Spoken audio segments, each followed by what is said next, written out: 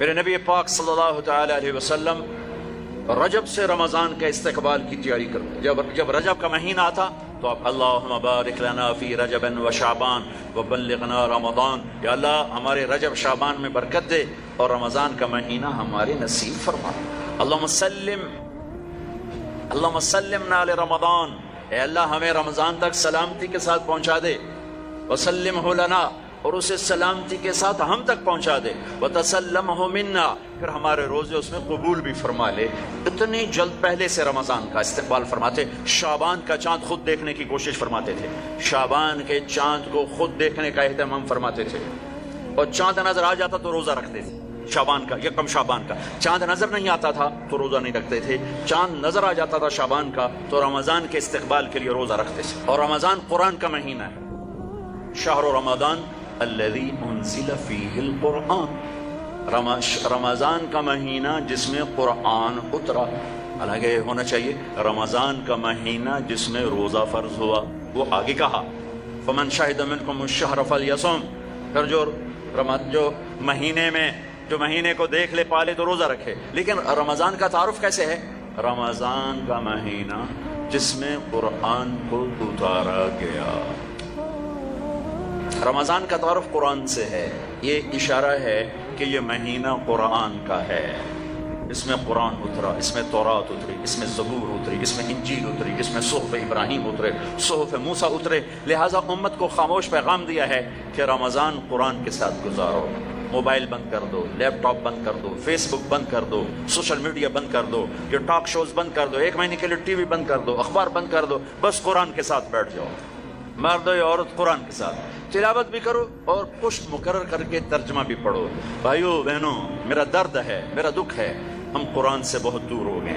ہم قرآن سے بہت دور ہو گئے. ہم نے قرآن رکھ لیا صرف ختم پڑھنے کے لیے، فاتحہ پڑھنے کے لیے، یا کسی کی دکان کھلتی ہے تو یاسین پڑھنے کے لیے.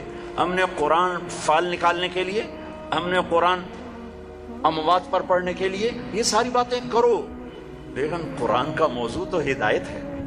قرآن کا موضوع تو ہدایت ہے، اور ہدایت ملتی ہے قرآن پڑھنے سے. اور صرف پڑھنے سے نہیں، سمجھنے سے کہ اللہ کیا کہہ رہا ہے. میں یوں کہتا ہوں، اگر آپ کو سارے قرآن میں کوئی تکلیف ہو رہی ہے تو پورے قرآن میں ٹوٹل 89 80 جمع 9 99 89 صرف 99 دفعہ میرے اللہ نے کہا ہے یا ایھا الذین آمنو، اے ایمان والو. تو اللہ کیا کہہ رہا ہے؟ مجھ سے بات کرنے لگا ہے. یا ایھا الناس، پوری دنیا سے بات. یا ایھا الذین کفروا، کافروں سے بات. یا اہل الکتاب، عیسائیوں سے بات، یہودیوں سے بات. یا ایھا الذین ہادوا، یہودیوں سے بات ہو رہی ہے. لیکن یا بنی آدم، ساری دنیا سے بات ہو رہی ہے. لیکن آپ کہتے ہیں نا یا ایھا الذین آمنوا. تو اس کی مثال ایسے جیسے آپ سب بیٹھے ہوئے ہیں. کتنے بیٹھے؟ میں کہتا ہوں بھائی نواز صاحب ذرا میری بات سنیں. میں ان کو یہاں بلا لیتا ہوں، یہ بات شروع کر دیتا ہوں. آپ سب کے دل میں آئے گا کوئی خاص بات ہے، تو خاص بات ہو رہی ہے نا، خاص بات ہو رہی ہے. میرا رب قرآن کے 30 پاروں میں، میں قربان جاؤں کتنا تھوڑے ہمیں اللہ نے حکم سنا ہے، صرف 89 دفعہ اے ایمان والو، اے ایمان والو، اے ایمان والو، اے ایمان والو. اس کے بعد اللہ کیا کہتا ہے؟ اللہ کے واسطے اتنا تو پڑھ لو کہ اللہ تو کیا کی جانا دس. اور اس میں ہر دفعہ نیا حکم نہیں ہے، ایک ہی حکم کئی دفعہ آیا ہے. یا ایھا الذین آمنوا اتقوا اللہ حق تقاته، یا ایھا الذین آمنوا اتقوا اللہ ولتنظر نفس ما قدمت لغد واتقوا اللہ. یا ایھا الذین آمنوا اتقوا اللہ وآمنوا برسولہ. اتقوا اللہ، اتقوا اللہ، اتقوا اللہ، تکرار کے ساتھ. تو میرے بھائی بہنوں، اتنا تو قرآن دیکھ لو کہ یا ایھا الذین آمنوا کے بعد اللہ کیا کہتا ہے، کیا کہہ رہا ہے. جس کا ترجمہ پسند ہے اس کا پڑھ کے دیکھ لو کہ میرا اللہ مجھ سے کیا کہتا ہے. اللہ کے واسطے قرآن سے دوری ختم کرو.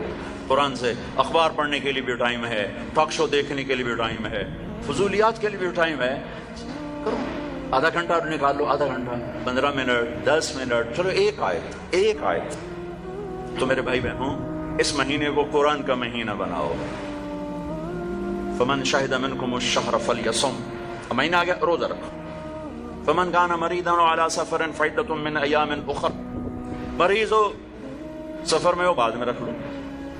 ایک لفظ اور ہے وَلِتُكْمِلُوا الْعِدَّةَ، اس مہینے کو مکمل کرو، پورا کرو. لیکن لفظ کمال، کمال کا کیا مطلب ہوتا ہے؟ صفات میں پورا کرنا. تمام کا کیا مطلب ہوتا ہے؟ اجزاء میں پورا کرنا. روزے کو کمال تک پہنچانے کے لیے 4 چیزوں کو چھوڑنا ہوگا. 4 چیزیں اگر ہیں، نہیں ہیں تو مبارک، ہیں تو چھوڑنا. میرے نبی نے فرمایا جو شراب پیتا ہے اس کا روزہ اوپر نہیں جاتا ہے. تو اگر کسی کو عادت ہے توبہ کر لے. یہ شرابی تو تھوڑے ہیں، جو ماں باپ کا نافرمان ہے اس کا روزہ اوپر نہیں جاتا ہے، یہ بہت زیادہ ہیں. ماں باپ کی نافرمانی تو جنگل کی گھاس کی طرح پھیلی ہوئی ہے. شاید ہی کوئی خوش قسمت ماں باپ ہوں گے جن کی اولاد ان کی آنکھوں کی ٹھنڈک ہوگی، ورنہ آج کل اولاد سینے کا کانٹا بنے ہوئے ہیں اور کانٹے کی طرح چبھے ہوئے خنجر کی طرح کاٹ رہے ہیں. ماؤں کو روتے دیکھا ہے، تڑپتے دیکھا ہے، ماں باپ کو. مجھے ایک باپ کہہ رہا ہے، باپ میرے علاقے کے زمیندار فوت ہو گئے، پرانا تعلق، میرا پتر اگے چ سڑتا پہ ہوئے تو میں دعا نہ کرے سا بچ کر. ہاں میرے سامنے بیٹھ کے کہ مولانا صاحب وہ دی ماں بھی آندی ہے جی اگے سڑتا پہ ہو سی تو میں نہ اکسان اللہ سائیں میرے پتر نو بچا. تو ماں باپ کی نافرمانی یہ روزے کو نہیں پورے دین کو روک دیتی ہے، پورے دین کو روک دیتی ہے. صرف روزہ نہیں ہے، پورا دین رک جاتا ہے. ایک صحابی علقمہ رضی اللہ تعالیٰ عنہ، ان کی بیگم کا پیغام آیا کہ میرے خامن مر رہے ہیں، کلمہ نہیں پڑھا جا رہا. صحابی جن کے بارے میں اللہ کہتا ہے کلن وعد اللہ الحسنى، میرے محبوب تیرا ہر صحابی جنتی، وعدہ وعدہ کیا وعدہ. ان کی خطائیں معاف، یہ نہیں کون سے گناہ نہیں ہوئے تو ہم نے معاف کر دیا، آپ کی توفیل معاف کر دی. تو آپ دوڑے ہوئے گئے، کہا بیٹا کلمہ پڑھو. کہا جی نہیں پڑھا جا رہا، بول رہے ہیں کلمہ نہیں پڑھا جا رہا. آپ نے پوچھا ماں باپ میں کون ہے؟ کہا جی ماں. آپ نے پوچھا ناراض ہے؟ کہا جی ناراض ہے. اب بڑھو. وہ آ گئی تو آپ نے پوچھا علقمہ کی ماں تم ناراض ہو بیٹے سے؟ کہا جی ناراض ہو. کیوں ناراض ہو؟ اب وجہ سننا، آج کل کی وجہ نہیں، وجہ سننا. کہا یا رسول اللہ میرا بچہ بہت نیک ہے، رات کا اٹھنے والا تھا، دن کا روزے والا تھا، لیکن مجھ سے بات بدتمیزی سے کرتا تھا، سخت لہجے میں بولتا تھا، اور مجھے اس کا دکھ ہے. اس نے اپنی زبان سے میرا دل توڑا، زخمی کیا. اللہ اللہ. آج کی طرح نہیں ہے ماں باپ کو دھکے دیے جا رہے ہوں، گالیاں دی جا رہی ہیں، صرف اتنا کہ یہ مجھے بدتمیزی کے ساتھ مجھ سے بولتا تھا. تو آپ نے کہا معاف کرو گی؟ کہا میرا جی نہیں چاہتا. آپ نے کہا میں آگ لگا دوں اس کو، پھر سفارش کرو گی؟ کہا نہیں اتنی تو ناراض نہیں کہ آگ میں جلتا دیکھو. کہا پھر اگر تو نے اسے معاف نہ کیا تو اللہ اسے آگ میں جلا دے گا. کہا اچھا میں معاف کرتی ہوں، میں معاف کرتی ہوں. آپ نے کہا بیٹا کہو لا الہ الا اللہ. تو ان کی زبان سے نکلا لا الہ الا اللہ اور جان نکل گئی. پھر آپ نے ان کا جنازہ پڑھا اور جنازے کے بعد آپ نے اعلان فرمایا جس نے ماں باپ کو تکلیف دی اس پہ اللہ کی لعنت، فرشتوں کی لعنت، زمین آسمان کی لعنت. نہ ان کی نماز قبول ہے، نہ روزہ قبول ہے، نہ حج قبول ہے. تو روزے کو روکنے والی چیز ہے شراب، ماں باپ کی نافرمانی. لیکن ماں باپ سے بھی کہتا ہوں ایسے رویے مت اختیار کرو کہ اولاد گستاخ ہو جائے. آج کے 90% ماں باپ اپنی خطاؤں سے اولاد کو گستاخ بنا رہے ہیں. انہیں پتہ نہیں ہے کہ اولاد کو لے کے کیسے چلنا ہے. تربیت چڑھائی چڑھنے کو کہتے ہیں، رب واسے ہے تربیت. اور چڑھائی چڑھنے میں پسینے آتے ہیں، بدن ٹوٹتا ہے. اور آج کی تربیت ہے ڈنڈے مارو بے عزت کرو، ڈنڈے مارو بے عزت کرو، چاہے ماں باپ ہو، چاہے اسکول ہو، چاہے مدرسہ ہو، چاہے وہ مکتب ہو، بے عزت کرو.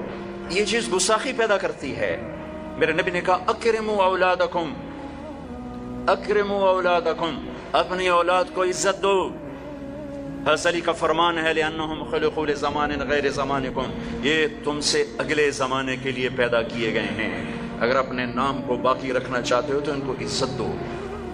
اور میرے نبی کیسے عزت دیتے تھے؟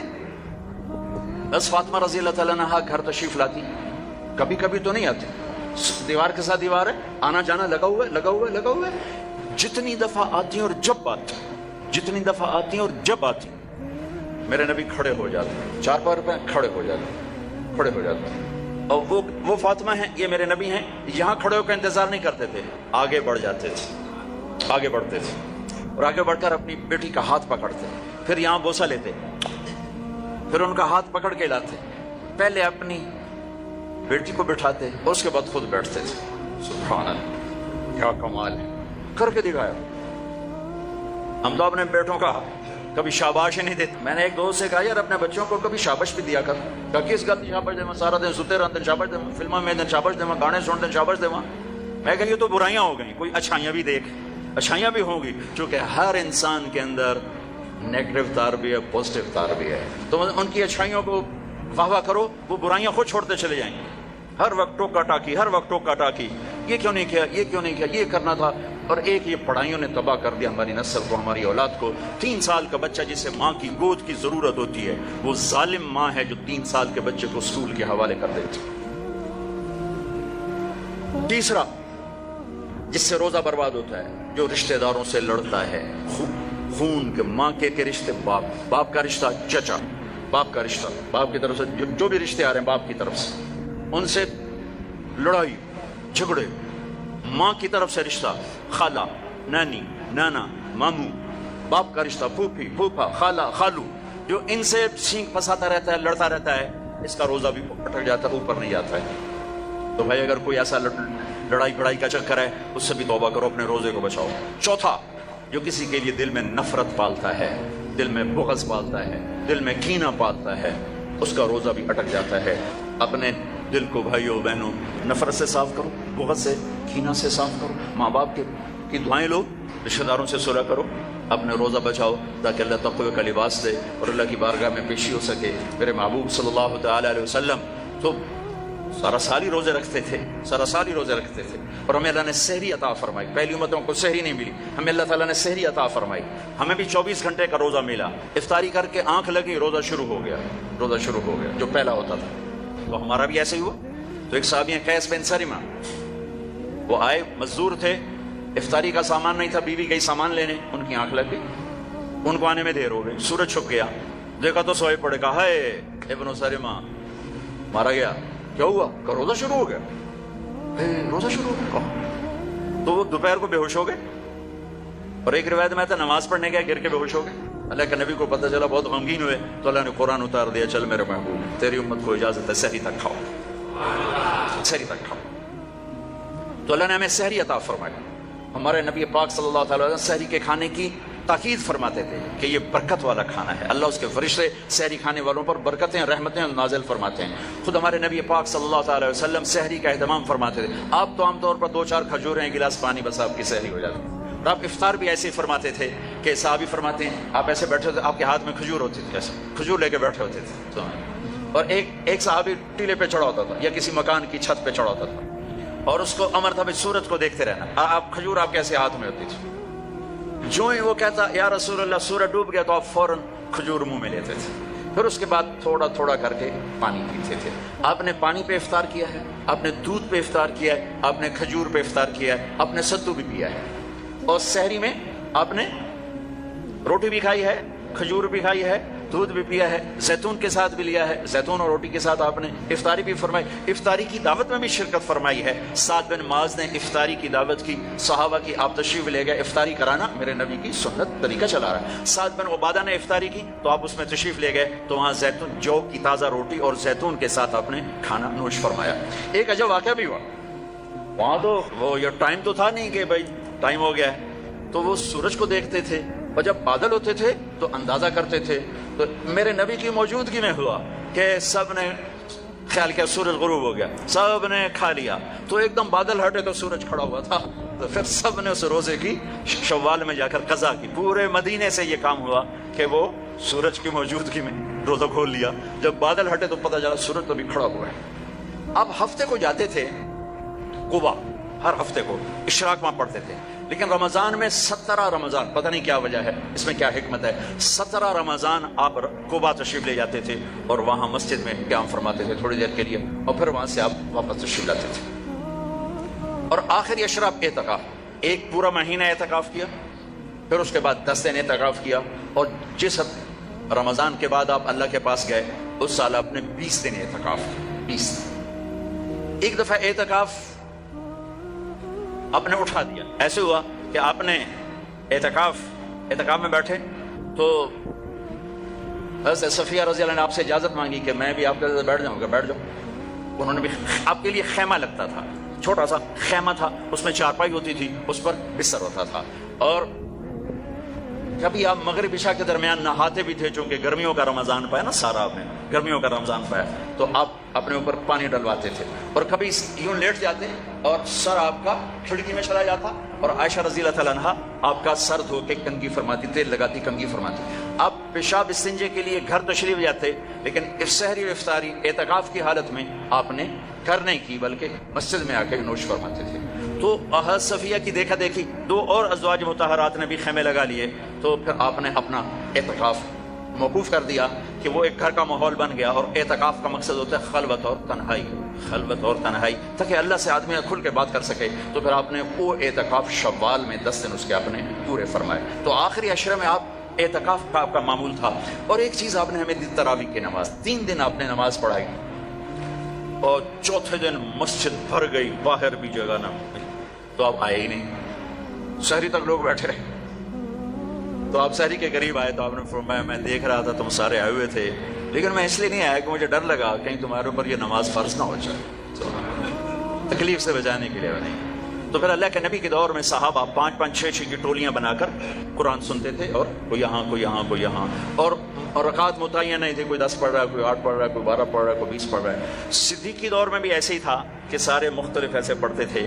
تو عمر رضی اللہ تعالیٰ عنہ نے اپنے دور میں پھر کہا ان سب کو میں جمع کروں گا، سب کو جمع کر کے، اور ابی بن کعب رضی اللہ تعالیٰ عنہ کو امام بنایا، اور آپ نے 20 تراویح باقاعدہ قرآن کے پورے ختم کے ساتھ اس کو آپ نے شروع فرمایا۔ اور ادھر عبداللہ بن صائب رضی اللہ تعالیٰ عنہ کو خواتین کا امام مقرر فرمایا کہ وہ ان کو تراویح پڑھائیں اور اس میں قرآن سنائیں۔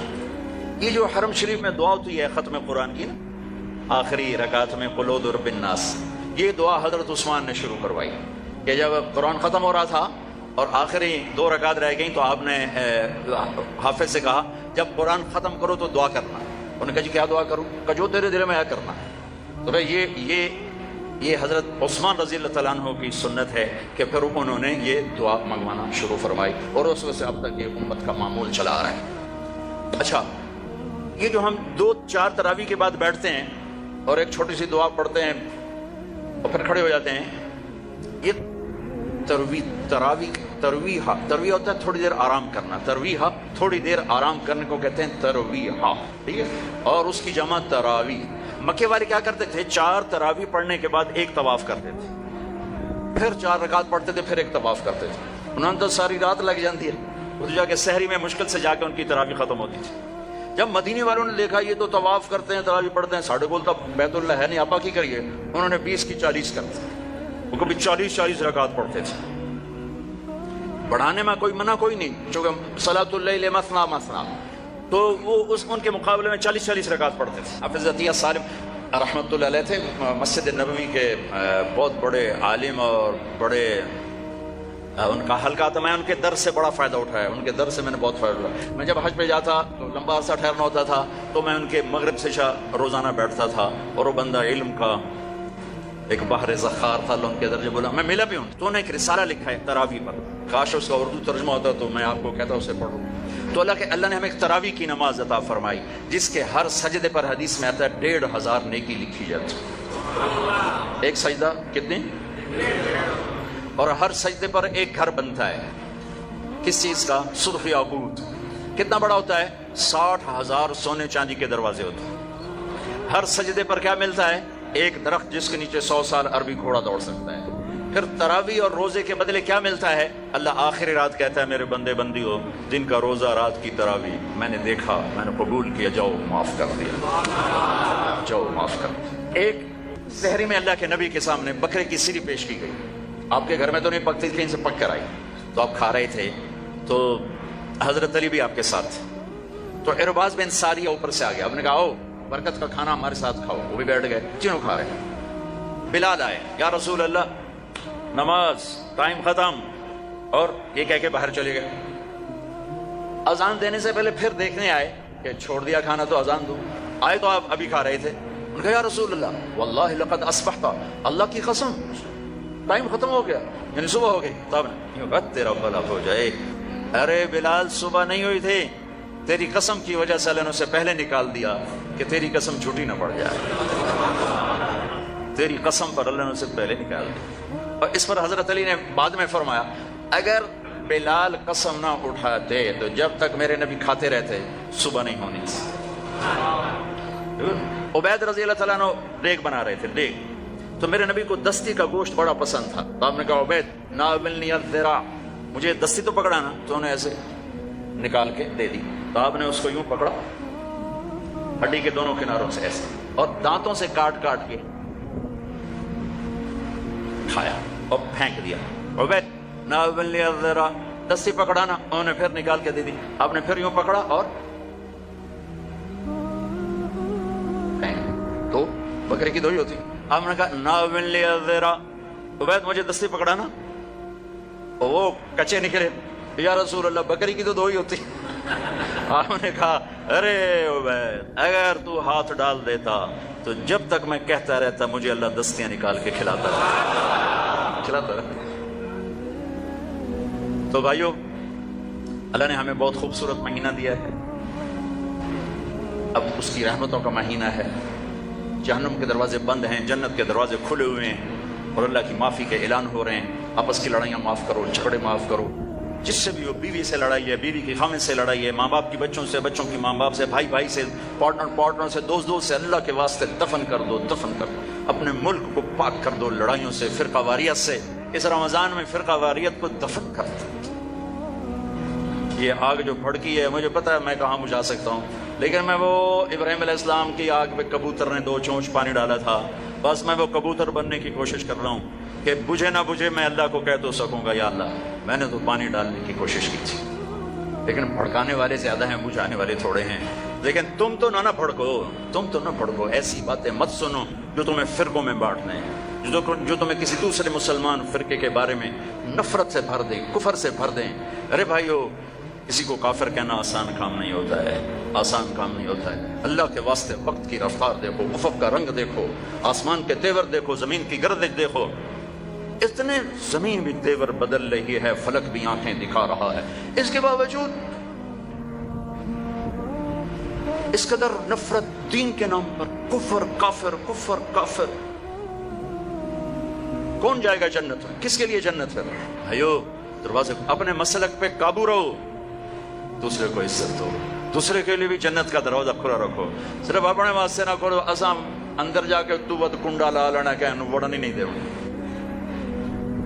ایسی حماقت نہ کرو۔ میرے نبی کی امت بہت بڑی امت ہے، اور میرا رب بڑا کریم رب ہے۔ اس رمضان کے مہینے کو محبت کا رمضان بناؤ، درگزر کا رمضان بناؤ، راتوں کو تراویح پڑھو، دن میں روزہ رکھو، انشاءاللہ سارے گناہ معاف ہوں گے۔ اور مہینے کے آخر میں ہے مالدار آدمی کے اوپر کہ وہ روزے کی زکوٰۃ ادا کرے، روزے کی زکوٰۃ ادا کرے، جو کشمش کے حساب سے 2000 کے قریب بنتی ہے، کھجور کے حساب سے کوئی 800-900، میں سے اندازاً کہہ رہا ہوں، اور گندم کے حساب سے تو اخبار میں پڑھا تھا 100 روپیہ بنتی ہے۔ لیکن جو لوگ مالدار ہیں، گندم کے حساب سے نہ دو، کشمش کے حساب سے دو، تو انشاءاللہ اس کا آپ کو بہت اجر عظیم عطا۔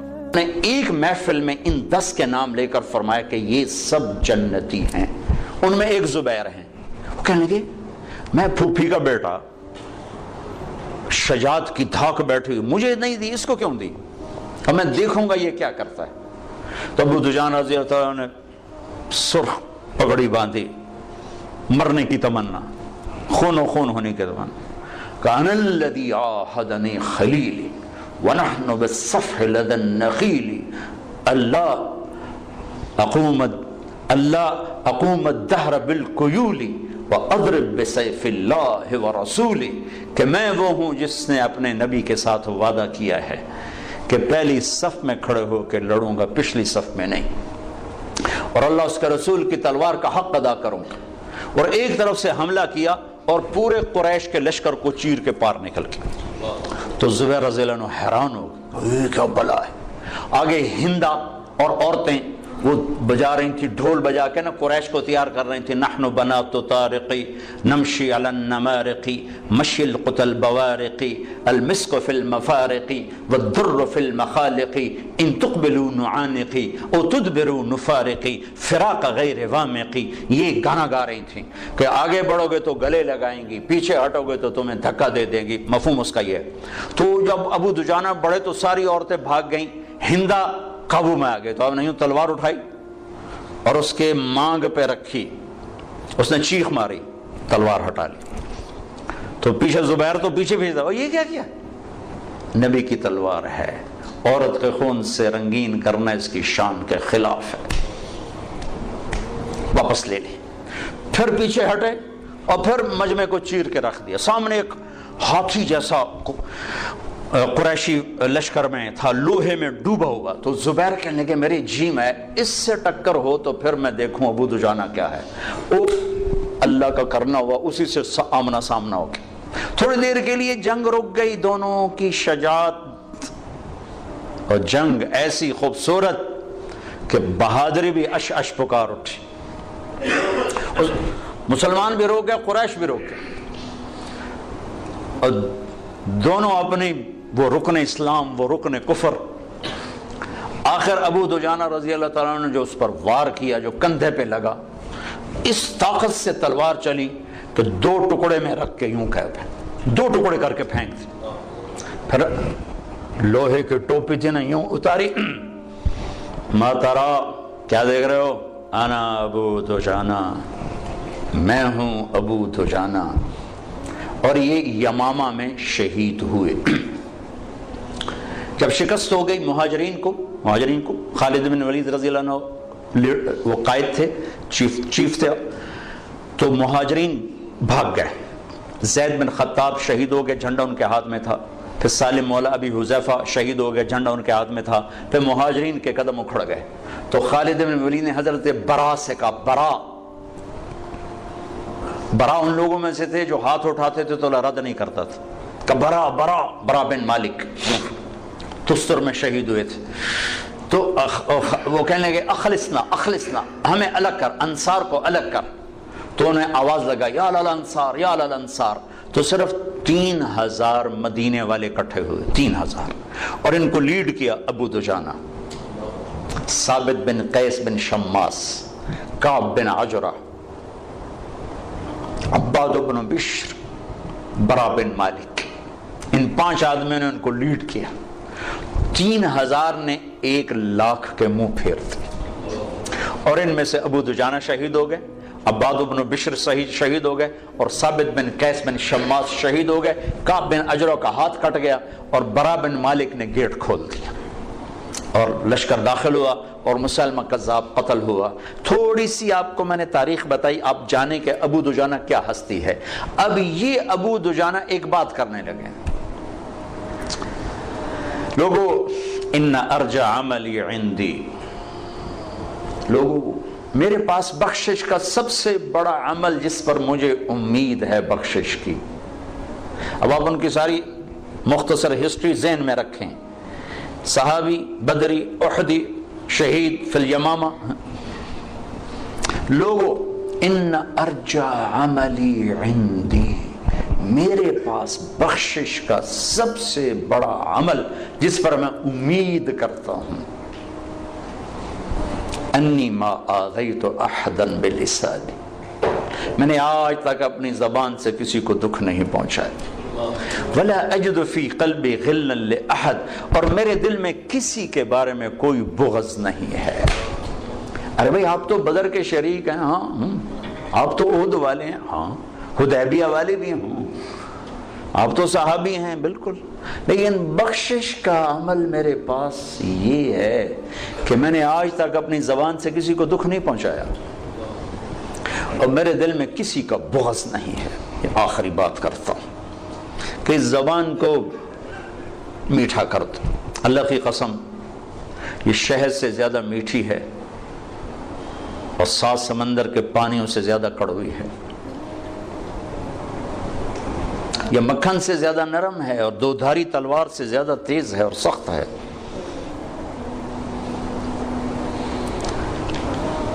تو اس زبان کا بول میٹھا کرنا سیکھ لیں، اور دل کو دھونا سیکھ لیں۔ کوئی زیادتی کرے، جاؤ اللہ سے لوں گا، جاؤ معاف کی۔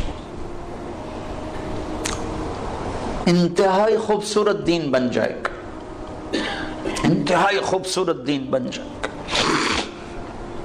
اب جہاں ہوگے لوگ آپ پر پروانہ وار فدا ہوں گے۔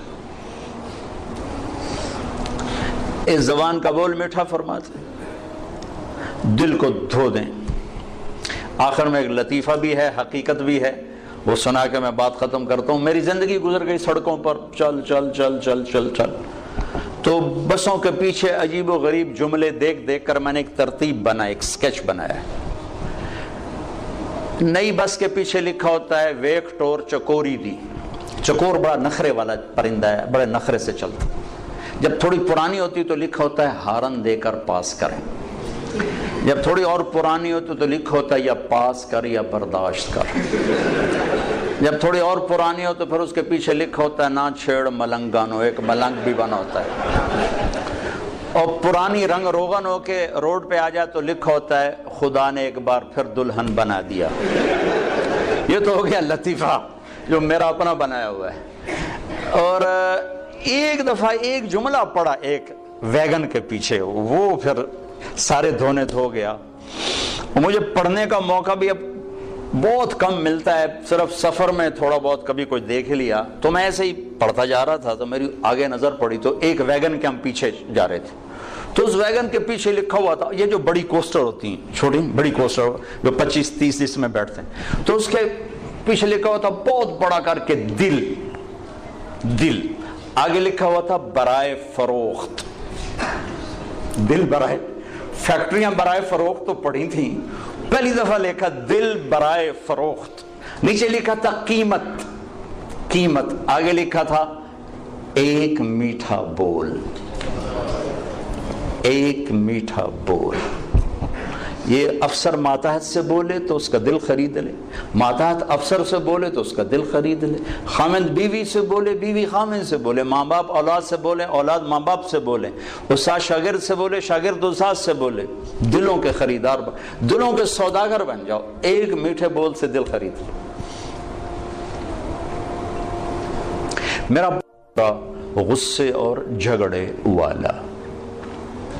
اور بھی کبھی سرے ہیں، حلو، جزوع، منوع، یعوس، قنوط، فرح، فقور. یہ سب اللہ تعالیٰ نے بتائی ہیں، جس نے پیدا کیا اسے نے بتایا ہے. یہ سب کچھ بتا کے اللہ ہم سے یہ اقرار کروانا چاہتا ہے کہ تم کہو میں جاہل ہوں، مجھے کچھ نہیں آتا. چونکہ سیکھنے کا کام اس وقت شروع ہوتا ہے جب آدمی کہتا ہے مجھے نہیں آتا. جب وہ پہلے سے ہی دعوے دار ہو مجھے سب پتا ہے تو اسے کون سکھائے گا. تو اللہ ہم سے اعتراف کرواتا ہے کہ مانو کچھ نہیں آتا. ویسے بھی اتنی بڑی کائنات کا ہم ایک چھوٹا سا جز ہیں، اور جز اپنے کل کو کیسے پکڑ سکتا ہے. اب ہم ایک چھوٹے سے ہال میں بیٹھے ہوئے ہیں اور یہ میزان بینک کی عمارت بہت بڑی ہے. یہاں بیٹھ کر ہم ساری عمارت کا علم حاصل نہیں کر سکتے. کائنات اتنی وسیع ہے کہ اس کی لمبائی چوڑائی کو اللہ کے سوا کوئی نہیں جانتا. اس میں زمین ایک ڈاٹ ہے، اس ڈاٹ میں بھی پھر 71% پانی چلا گیا، 29% خشکی آئی. اس خشکی میں ایک چھوٹا سا پاکستان ہے، اس میں ایک چھوٹا سا کراچی، اس میں ایک چھوٹا سا طارق جمیل. اس کی کیا اوقات؟ تو لاجیکلی بھی نظر آتا ہے کہ انسان بہت جاہل ہے، اور اللہ کی خبر بھی ہے میرے بندے تمہیں کچھ نہیں آتا. لہذا اب کیا کر؟ اب یہ کر کہ جس نے پیدا کیا ہے اس کے پیچھے چل. جو روزانہ بچوں کے ساتھ ماں باپ لڑ رہے ہوتے ہیں، آپ کو نہیں پتا، ہم جو کہہ رہے ہیں وہ کرو، جو کہہ رہے ہیں وہ کرو. آگے ان کے من میں کچھ اور سمایا ہوتا ہے، وہ کہتا نہیں ہم نے نہیں کرنا، ہم نے یہ کرنا ہے، ہم نے وہ کرنا ہے. کبھی ماں سے تھپڑ، کبھی باپ سے تھپڑ. اور یہی کچھ جب اللہ کہتا ہے کہ میرا بندہ تو کچھ نہیں جانتا، جو میں کہتا ہوں وہ کر، تو اللہ سے ٹکر لیے ہوئے کہ اللہ نو بھی پتا. اللہ کے نبی کو کیا، وہ تو 1400 سال پہلے کی بات. تو جو لاجک آپ اپنے بچوں کو پیش کرتے ہیں وہی اللہ آپ کو پیش کرتا ہے. جو ٹیچر اپنے شاگردوں کو لاجک پیش کرتا ہے، بچوں آپ نہیں جانتے جو ہم جانتے ہیں، یہی اللہ کہتا ہے واللہ یعلم وانتم لا تعلمون. اللہ جانتا ہے تم نہیں جانتے. لہذا اگر اپنی زندگی کو کسی کنارے لگانا ہے اور آنے کا مقصد کچھ پانا ہے تو جس نے بنایا ہے ادھر لوٹو. وہ کیا کہتا ہے؟ کیونکہ میں نے تو درخواست نہیں پیش کی تھی کہ میں دنیا میں آ جاؤں، اور نہ اب میں چاہتا ہوں کہ میں مر جاؤں، لیکن آنا بھی مجبوری بن گیا اور جانا بھی میری مجبوری ہے، جانا ہے۔ کل شیء ہالک، ہر شے کے لیے ہلاکت۔ ہو کیا دن ہوگا جب ملک الموت بھی پسینے پسینے ہوگا۔ اور اذا زلزلت الارض زلزالها، اذا الشمس كورت، واذا النجوم انكدرت، واذا الجبال سيرت، واذا العشار عطلت، واذا الوحوش حشرت، واذا البحار سجرت، واذا النفوس زوجت، واذا الموءودة سئلت بأي ذنب قتلت، واذا الصحف نشرت، واذا السماء كشطت، واذا الجحيم سعرت، واذا الجنة أزلفت، اذا السماء انفطرت، واذا الكواكب انتثرت، واذا البحار فجرت، واذا القبور بعثرت، اذا السماء انشقت واذنت لربها وحقت، واذا الارض مدت والقت ما فيها وتخلت، واذنت لربها وحقت۔ قیامت کو اللہ بیان کرتا ہے، ہلا دینے والی آیات، دوڑ دوڑ دوڑ دوڑ دوڑ، جیسے ٹھو ٹھو ٹھو دھماکے ہو رہے، دل دماغ کو لرزا دینے والی۔ کیا دن ہوگا جب سب، نہ کوئی آج رونے والا ہے، نہ کوئی نوحہ لکھنے والا ہے، نہ کوئی کفن دینے والا ہے، نہ کوئی قبر کھودنے والا ہے۔ آج مالک مملوک سب مرے پڑے ہیں، پھر پہلا آسمان، پھر دوسرا، تیسرا، چوتھا، پانچواں، چھٹا، ساتوں آسمان کو موت کا پیالہ پلانے کے بعد پھر جب اللہ تعالیٰ فرمائے گا فَلْيَمُتْ حَمْلَةُ الْعَرْشِ، عرش کے فرشتے بھی مر جائیں، پھر کہے گا فَلْيَمُتْ جبریل و میکائیل، جبریل و میکائیل بھی مر جائیں، تو اس وقت اللہ کا عرش بول اٹھے گا۔ ایموت جبریل و میکائیل، یا اللہ کا یہ جبریل میکائیل بھی گئے، مطلب یا اللہ ان کو تو بچا لے، یہ تو سب سے پہلے تیری مخلوق۔ اسکت، اللہ تعالیٰ فرمائیں گے اسکت، خاموش، فقط كتبت الموت على من كان تحت عرشی، میرے عرش کے نیچے سب نے مرنا ہے۔ لو كانت الدنيا تدوم لأهلها لكان رسول الله فيها مخلد، دنیا میں کوئی باقی رہتا اور موت سے بری ہوتا تو اللہ کا حبیب ہوتا، اللہ نے ان کو بھی گزار دیا اس سے۔ ہاں اختیار دیا، عش ما شئت، میرے محبوب کتنی عمر چاہیے، جتنی چاہیے آپ لے لیں، لیکن انک میت، موت ضروری ہے، اس سے صرف آپ کا رب پاک ہے، باقی سب کو اس سے گزرنا ہے۔ جبریل میکائیل مر جائیں گے، پھر اللہ کہے گا کون باقی ہے؟ او ہو اسرائیل کی بھی ٹانگیں کانپ رہی ہیں آج، وہ کہے گے اللہ اسرافیل باقی اور میں باقی، تو اللہ کہیں گے فَلْيَمُتْ اسرافیل، اسرافیل مر جائے،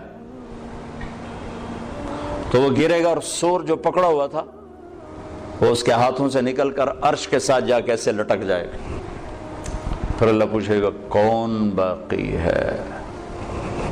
ملک الموت کو پتہ لگ گیا کہ ہن میری بھی آ گئی باری، تو ایسے کام کہ اللہ بس اب تو میں ہی باقی، تو اللہ تعالیٰ فرمائیں گے مت فَإِنَّكَ خَلْقٌ مِّن خَلْقٍ، تو بھی مر جا، تو بھی میری ایک مخلوق ہے، سب کو ختم۔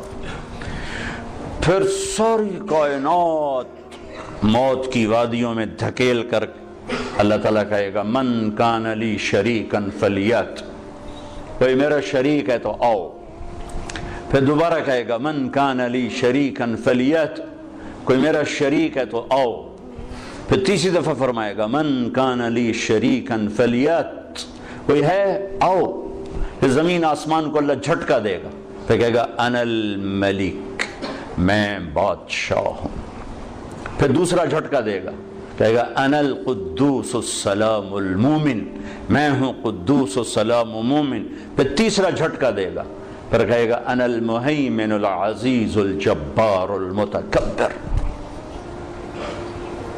پھر اللہ تعالیٰ کہے گا این الملوک، بادشاہ کدھر ہیں؟